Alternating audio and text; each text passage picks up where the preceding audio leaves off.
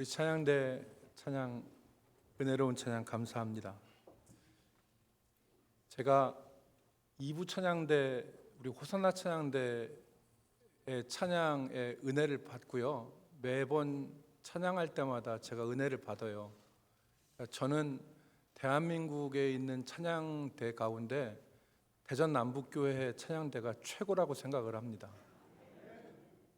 그런데 일부 때 제가 혹은 수요예배 때 제가 이렇게 일부 찬양대를 칭찬을 잘 못하거든요.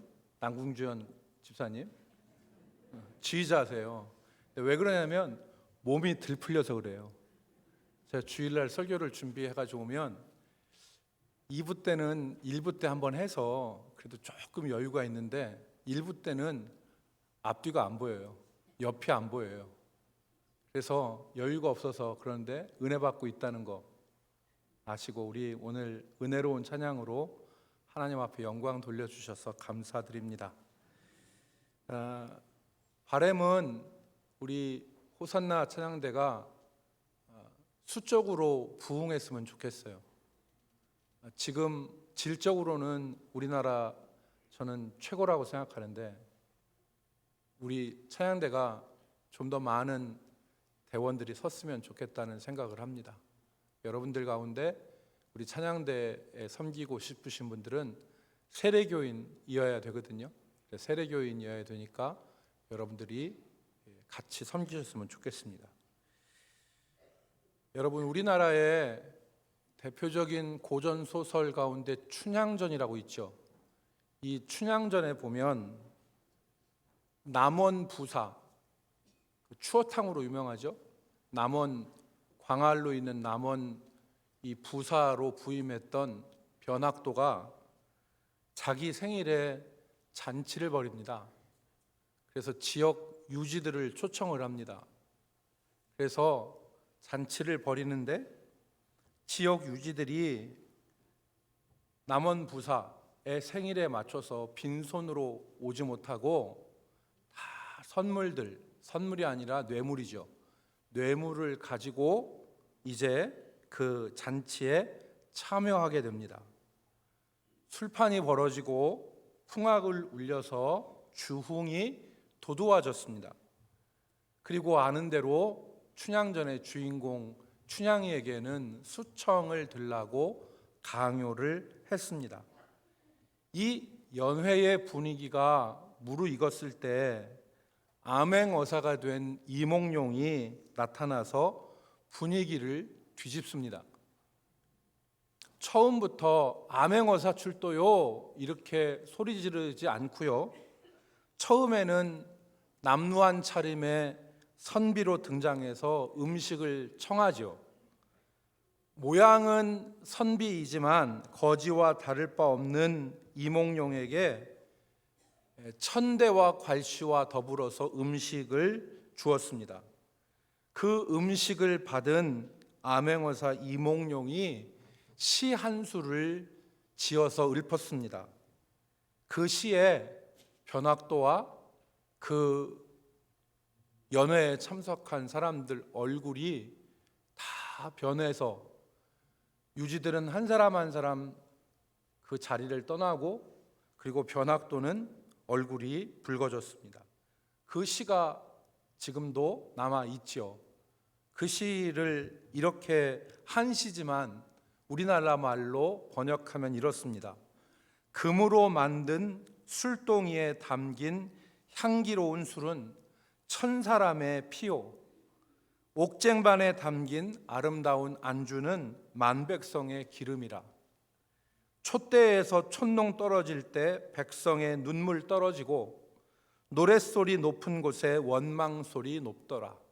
이게 이몽룡이 그 술자리에서 지은 시 한 수입니다.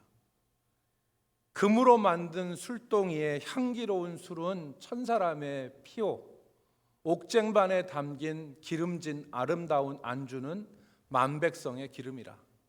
이 시를 딱 들었을 때 그 자리에 앉았던 탐관오리들, 그 자리에 앉아있던 사람들이 마치 급소를 한 대 맞은 것처럼 아무 소리 못하고 그 자리를 일어나 떠난 것입니다. 한마디로 잔치는 쑥대밭이 됐고, 그 결말을 아시죠, 여러분? 춘향전의 결말 모르시는 분 발 들으세요. 춘향전의 결말을 모르시는 분 없죠?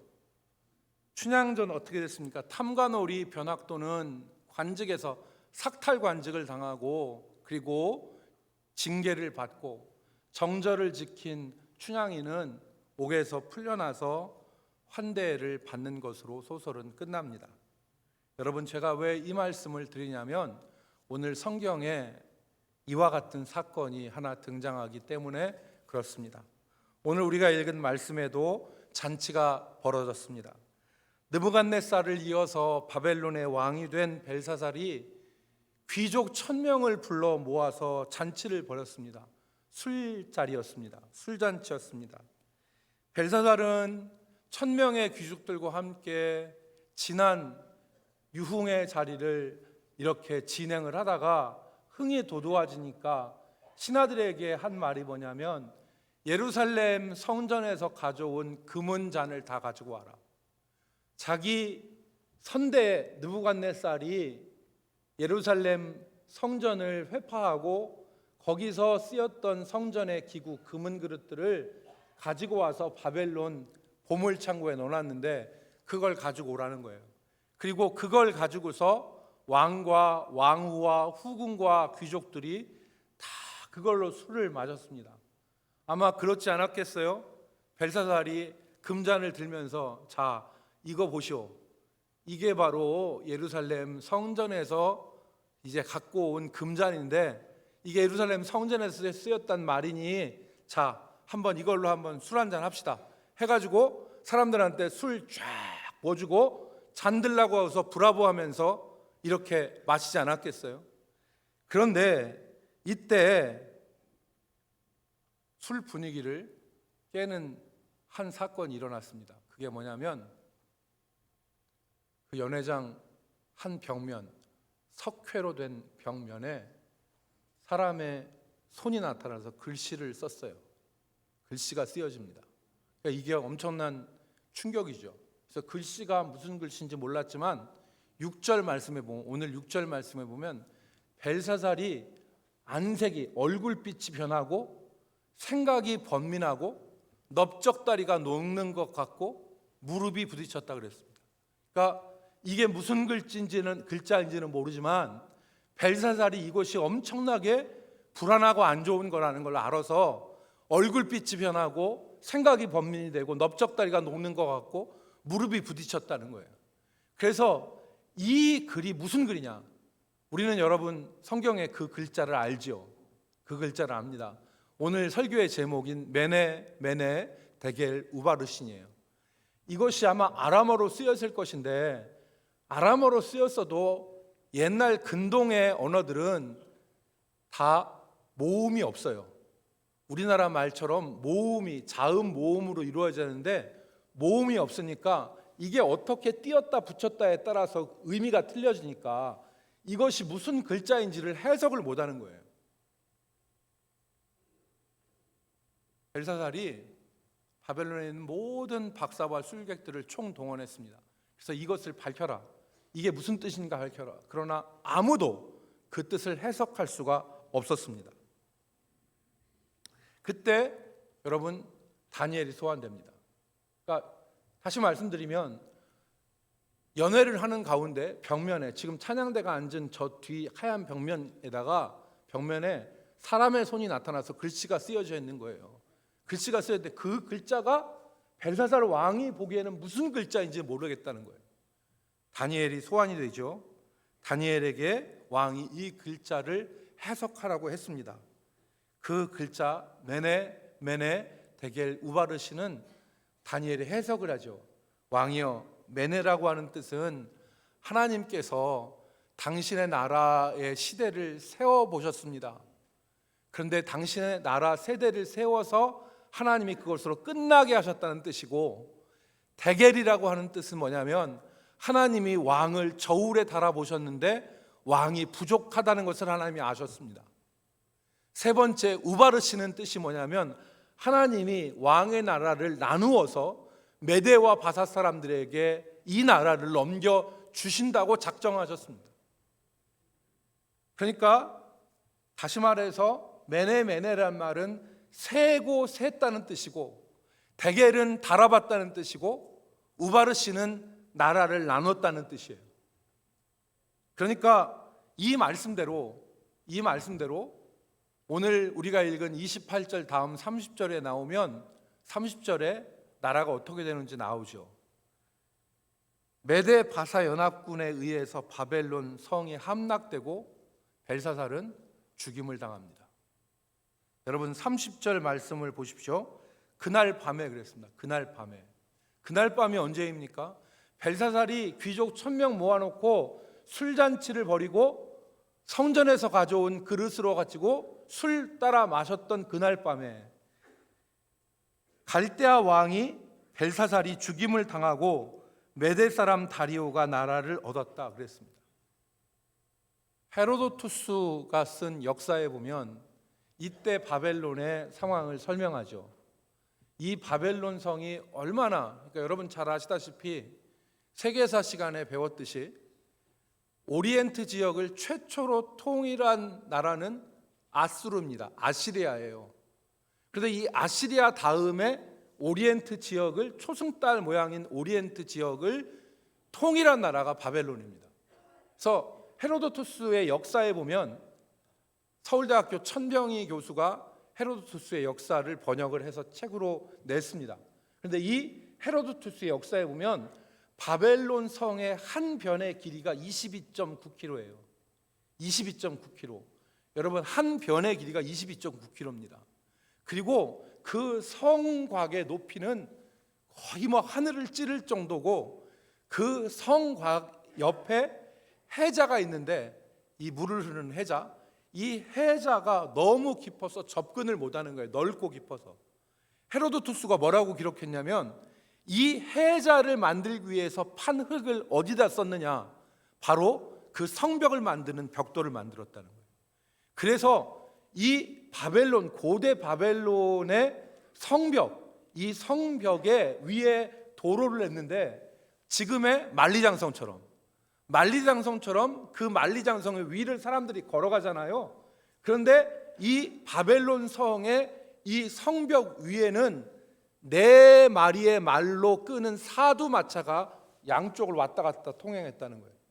얼마나 이게 지금 거대한 규모입니까? 그런 나라의 왕입니다. 그런데 그 바벨론이 하루아침에 무너졌습니다. 왠지 아십니까? 난공불락이었죠. 해자가 너무 넓고 깊어서. 그런데 기상천외한 방법을 다리오 고레스가 썼습니다. 어떤 것이냐면 상류에서 흘러오는 유프라데스 강물을 수로를 변경시킨 거예요. 그래서 이 군사들로 수로를 변경시켜서 물이 흘러내려서 이 유프라데스 강물이 바벨로니아 성을 돌고 지나가게 하는 게 아니라 성 위 상류에서 물을 끊어서 물을 다른 데로 보낸 거예요. 그러니까 수위가 낮아진 바벨론 성의 해자를 메데 바사 연합군이 무릎까지 차는 물 깊이로 걸어 올라 들어가서 바벨론 성을 함락시켰다는 겁니다. 그래서 그날 벨사살이 죽임을 당한 것입니다. 누구도 예상치 못했던 것이죠. 이 사건을 오늘 우리가 읽은 성경에서 기록을 하고 있는 것입니다. 여러분, 오늘 성경은 벨사살의 넓적다리가 녹는 것 같고 무릎이 부딪혀 떠는 것 같고 생각이 번민에 빠진 일들을 기록하고 있습니다. 그런데 이러한 당황스러운 일이 벨사살에게만 일어나겠습니까?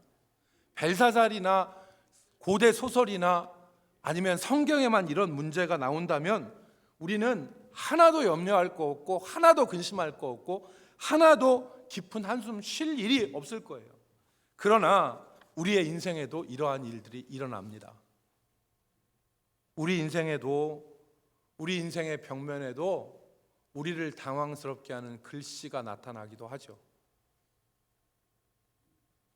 사업에 어려움이 생기고 경제적으로 어려움이 생기고 계획하고 기대했던 일들이 뒤틀어지고 때로는 잠을 이룰 수 없는 심한 마음 고생이 우리 인생 가운데 벌어집니다. 이제는 잘 되겠다, 이제는 문제가 없겠다, 이렇게 생각했는데 갑자기 인생에 문제가 터지고 전혀 그럴 사람이 아니라고, 그런 일을 할 가능성은 1%도 없다고 하는 사람이 전혀 생각하지 못한 일을 펑펑 터뜨리고 합니다. 내 인생에서는 저런 문제는 내 인생에서는 절대 안 일어날 거야 생각했던 문제들이 내 인생의 한복판에서 일어나서 내 인생을 쥐고 흔들어요. 그런 일들 가운데 우리가 살아갑니다. 오늘 6절에 있는 말씀처럼 낯빛이 변하고 생각이 번민에 휩싸이고 넓적다리가 녹는 것 같고, 무슨 말입니까? 넓적다리에 힘이 하나도 없는 것 같다는 거예요. 여러분, 이 넓적다리가, 이 허벅지가 우리 이 건강에 그 저장 탱크라잖아요. 이 하체 무너져서 못 걸으면 얼마 못 삽니다. 하체, 넓적다리가 녹는 것 같다잖아요. 그리고 무릎이 부딪혀서 흔들리는 이 사시나무 떨릴 것 같은 그러한 문제들이 우리 가운데 일어납니다.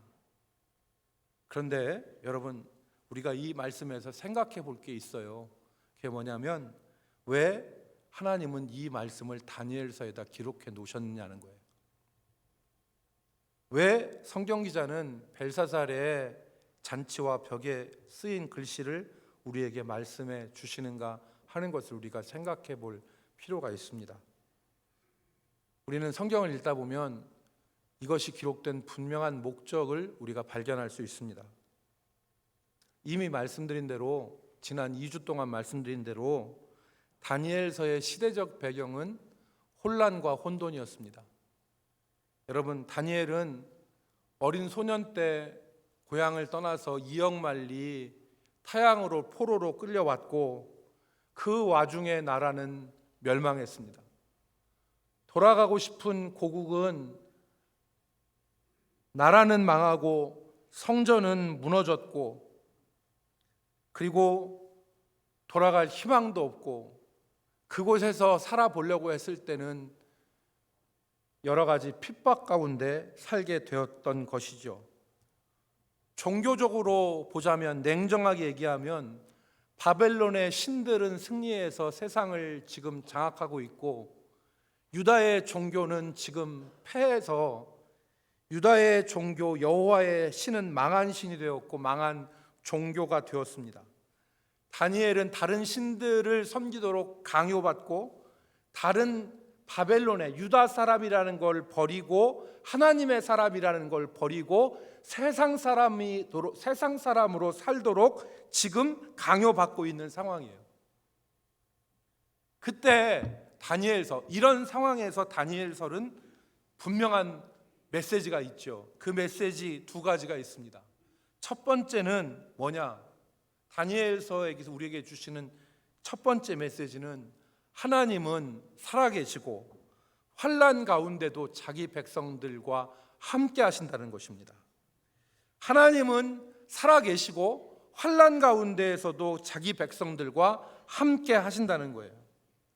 성전이 파괴되었지만 하나님은 여전히 살아계시고 자기를 의지하는 자기 백성들을 풀무불 가운데서 지키시고 사자굴에서 건져내시는 하나님이라는 사실을 깨닫게 합니다. 이게 그 혼란과 혼돈의 시대를 살아가는 하나님의 백성들에게 위로요, 힘이 되겠죠. 나도 다니엘과 같은 고통과 환난과 어려움 가운데 있는데, 하나님은 아무것도 안 하시는 분이 아니라 하나님은 여전히 살아계시고, 하나님은 자기를 의지하는 자기 백성들을 사자굴에서 풀무불에서 건지시고 지키시는 분이라는 사실을 다니엘서는 지금 메시지로 주고 있는 것입니다. 오늘 두 번째 메시지는 오늘 본문과 관련되어 있습니다. 그것은 바로 하나님께서 역사의 주인이 되신다는 거예요. 오늘 누가 역사의 주인이냐를 다니엘서가 우리에게 말씀하고 있죠. 누가 역사의 주인이냐? 그 당시 세계 최강의 제국 바벨론의 권력 정점에 있는 느부갓네살이 역사의 주인이냐, 아니면 그의 왕위를 이어받은 벨사살이 역사의 주인이냐? 아니라는 것이죠. 지금 다니엘서는 우리에게 그것을 말하는 것입니다. 예루살렘을 정복하고 예루살렘 성전을 파괴한 느부갓네살이 역사의 주인이냐, 아니면 1,000명을 모아놓고 여호와의 성전에서 가지고 온 그릇을 가지고서 술을 따라 마시는 저 사람 벨사살이 역사의 주인이냐? 아니라는 것입니다. 오늘 성경은 그것을 말씀하는 것이죠. 그러면서 우리에게 하는 말이 뭐냐면, 여러분이 처해 있는 다리 떨리고 사시나무 떨들 떨고 생각의 번민이 가득하게 하는 그 문제의 주관자는 바로 세상 사람이 아니라는 거예요. 여호와 하나님이 그 문제도 주관하신다는 것입니다. 여러분, 19절 말씀에 보면 느부갓네살에 대한 말씀이 나오죠. 다니엘이 벨사살한테 말하는 겁니다. 당신의 아버지 벨사살이 어떤 사람이었습니까? 이렇게 말하는 것입니다. 그의 앞에서, 느부갓네살 앞에서 사람들이 떨며 두려워하였으며, 중요한 말이 나오죠. 19절에 사람을 임의로 죽이기도 하고 임의로 살리기도 하고 임의로 높이기도 하고 임의로 낮추기도 하는 절대 권력, 하나님과 같은 권력과 능력을 가진 사람이 누구였습니까? 느부갓네살이었습니다. 그런데 그 느부갓네살이 절대 진정한 주권자가 아니라는 것입니다. 사람을 자기 뜻대로 죽이기도 하고 살리기도 하고 높이기도 하고 낮추기도 하는 힘이 있었지만, 역사의 진정한 주인은 느부갓네살이 아니라 여호와 하나님이다. 여러분, 느부갓네살이 어떤 일을 경험했다고 했습니까? 오늘 20절 말씀을 보십시오. 21절, 22절 말씀을, 20절, 21절 말씀을 보십시오. 그가 높이기도 하고 낮추기도 하고 죽이기도 하고 살리기도 하는 이 절대 권력의 느부갓네살이 마음이 높아지며 뜻이 완악하여 교만을 행함으로 그의 왕위가 패한 바 되었으며 그의 영광이 떠나가고, 느부갓네살의 왕위가 7년 동안 공백기가 있었습니다. 여러분, 다니엘서 4장에 보면 느부갓네살이 7년 동안 왕위에서 쫓겨난 일을 기록하고 있죠. 그것을 얘기하고 있는 것입니다. 7년 동안 왕위에서 쫓겨나고 영광이 빼앗기고, 21절 사람 중에서 쫓겨나서 그의 마음이 들짐승의 마음과 같고 또 들나귀와 함께 살며 소처럼 풀을 먹으며 그의 몸이 하늘 이슬에 젖었으며. 무슨 말을 하는 것입니까?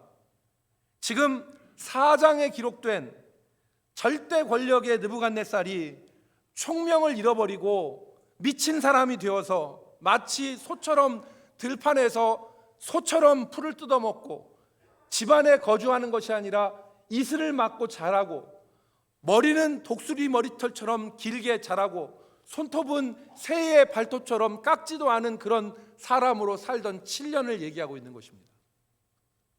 4장 33절에 보니까 바로 그때에 느부갓네살이 하는 말입니다. 바로 그때에 이 일이 나 느부갓네살에게 응함으로 내가 사람에게 쫓겨나서 소처럼 풀을 먹으며 몸이 하늘 이슬에 젖고 머리털이 독수리 털과 같이 자랐고 손톱은 새 발톱같이 되었더라.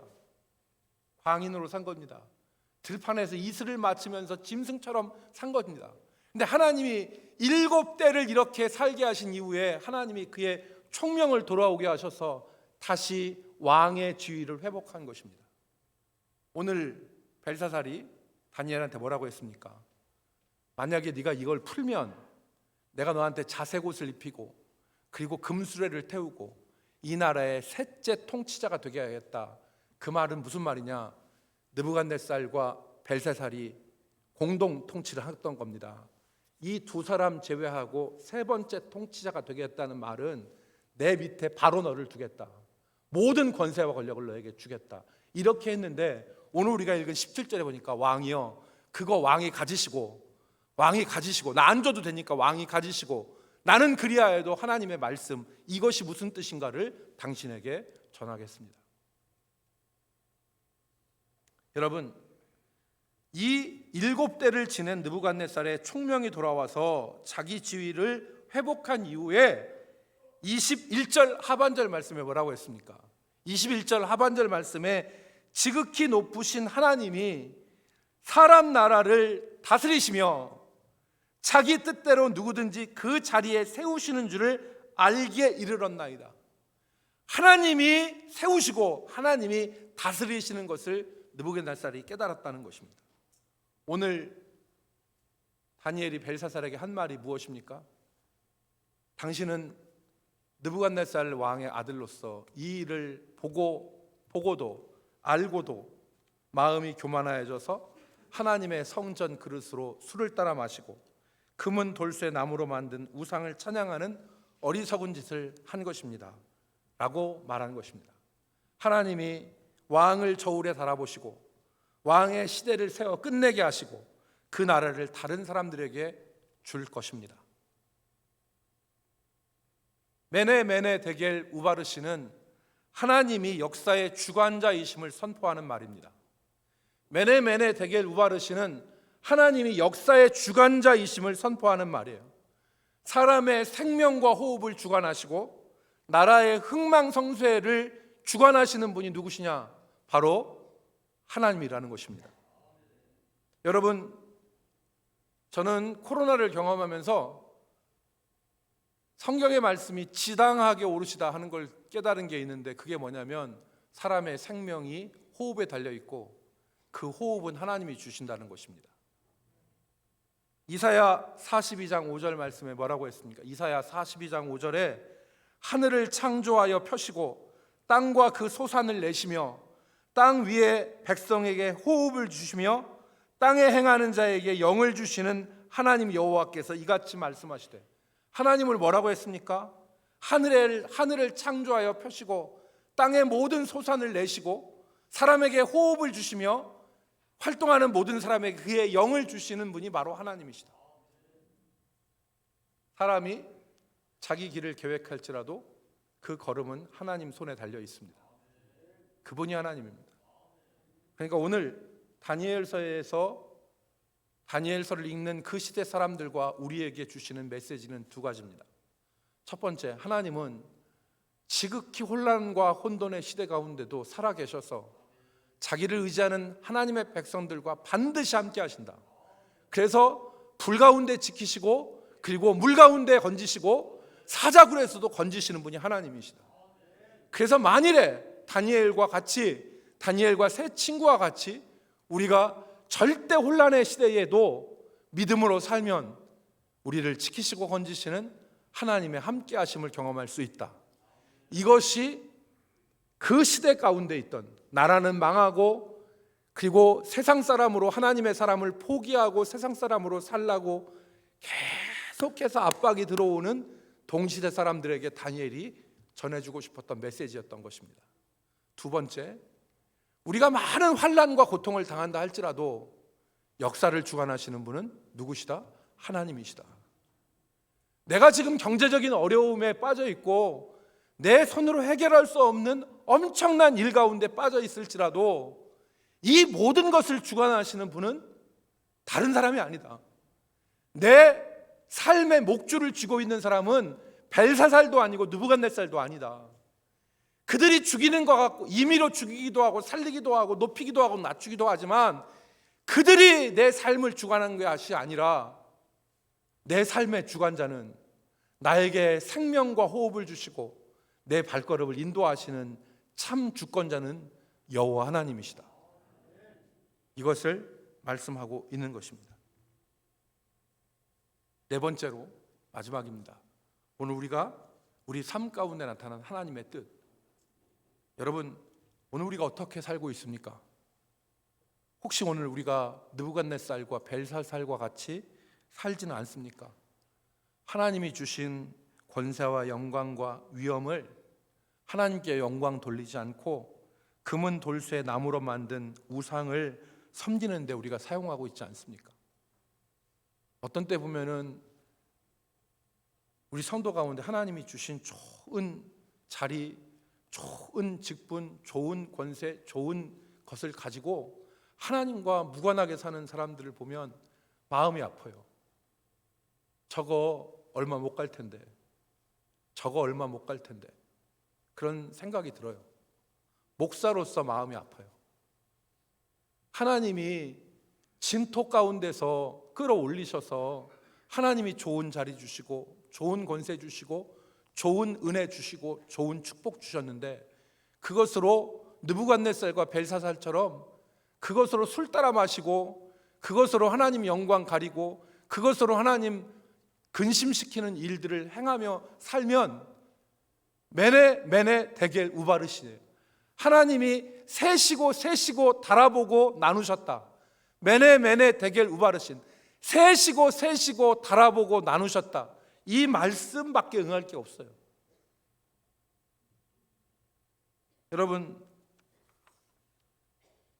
하나님은 아무리 강한 당대 최강의 나라 바벨론의 절대 권력자라도 그 교만을 꺾으시고 하늘 이슬에 몸이 젖게 하시고 그리고 짐승처럼 살게 낮추셨다가 당일 밤에 죽임을 당하게 하셨습니다. 하지만 우리나라 강원도 면적밖에 안 되는 약소국 유다에서 포로로 끌려온 다니엘과 세 친구를 높이시고 바벨론의 모든 박사와 술객들보다 지혜와 총명이 뛰어나게 하시고 이 다니엘을 통해서 역사를 펼쳐 가시는 것을 우리는 성경에서 볼 수 있습니다. 여러분, 지금 무엇을 하고 계십니까? 하나님이 주신 축복을 열심히 누리고 계십니까? 하나님이 나에게 주신 축복을 열심히 누리고 계십니까? 하나님이 주신 축복으로 잔치를 벌이고 계십니까? 우리가 우리 자신들을 생각해 봐야 됩니다. 오늘 이 예배당을 나가면서 여러분 한번 여러분 생각 속에서 이 단어를 되뇌어 보십시오. 메네 데겔 우바르신, 세시고 달아보시고 나누셨다. 오늘 우리가 이 말씀을 생각해야 됩니다. 여러분, 서울 합정동에 가면 외국인 선교사 묘지인 양화진 공원이 있습니다. 우리나라에 온 선교사들을 묻어놓은 공원이죠. 여러분, 1800년대부터 1900년대가 언제였습니까? 여러분, 세계사에서 우리가 알듯이 르네상스와 산업혁명을 거친 서양의 문명이 최고 고점을 찍었을 때가 언제냐면 1880년, 1910년대 아니에요? 언제 꺾였습니까? 1차 대전, 2차 세계대전 때 올라가는 서양 문명이 이 문명이 올라가서 천국이 될 것 같았는데 이 문명과 과학이 우리에게 폭탄이 될 수도 있구나 라고 하는 걸 1차, 2차 세계대전 때 서방에서 느끼지 않았습니까? 그런데 그 정점에 있었을 때 모든 것이 풍요로웠고 모든 것이 만족스러웠고 모든 것이 다 흡족한 시대에 젊은이들 가운데 몇 사람들이 우리나라와 같은 미개한 나라에 왔습니다. 이가 득실거리고 빈대가 창궐하는, 못 먹고 못 배우는 절대 가난의 나라, 그 나라에 왔습니다. 제가 얼마 전에 소개해드렸던 광주 지역을 중심으로 선교했던 서서평이라고 하는 선교사, 엘리자베스 쉐핑이라고 하는 1880년부터 1834년까지 54년을 살았는데 우리나라에서 마지막 22년을 보냈습니다. 32살 때 1912년에 조선에 선교사로 와서 가난한 조선 사람들과 같이 22년 동안 똑같이 보리밥을 먹고 된장국을 먹고 고무신을 신었습니다.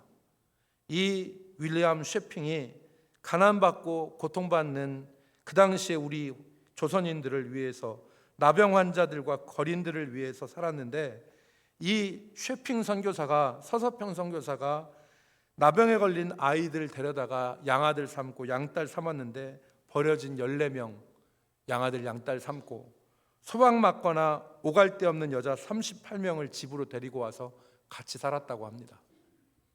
그 학생들 가르치기 위해서 세운 학교가 이일학교, 지금 전주에 있는 한일장신대의 전신이고, 그리고 그 38명의 소방 맞은 여인들, 아무것도 할 것 없는 여인들을 위해서 간호사로 만들기 위해서 세운 것이 조선 간호협회입니다. 오늘 대한 간호협회의 전신이에요. 서서평 선교사가 자신을 돌보지 않고 몸이 약해져서 54살의 홀몸으로 세상을 떠났는데 사망 원인이 만성 풍토병과 영양실조였습니다.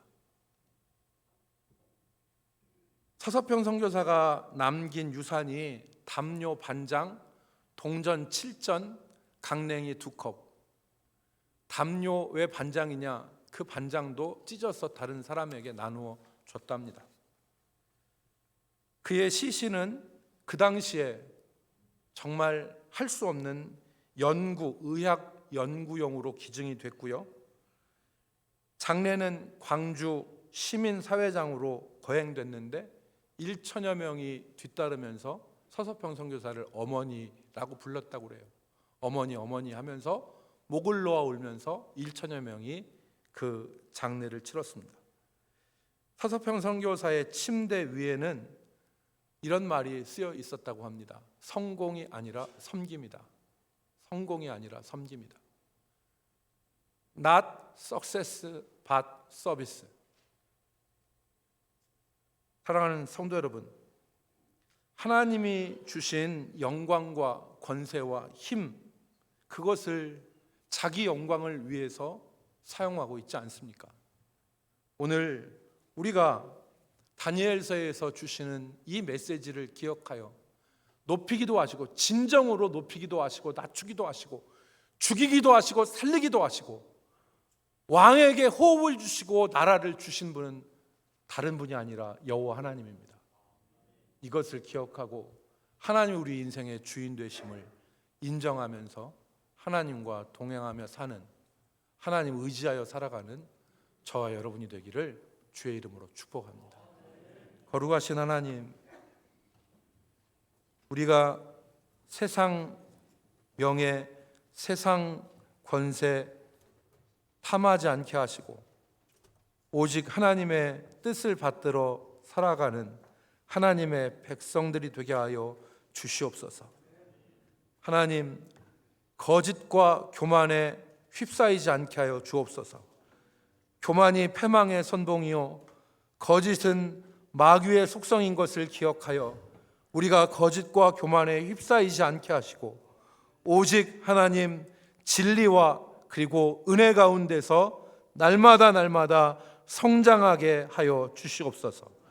우리 대전 남부교회 모든 성도들을 주께서 붙들어 주시고 세우시기를 바라오며 존귀하신 예수 그리스도의 이름으로 기도 올리옵나이다. 아멘.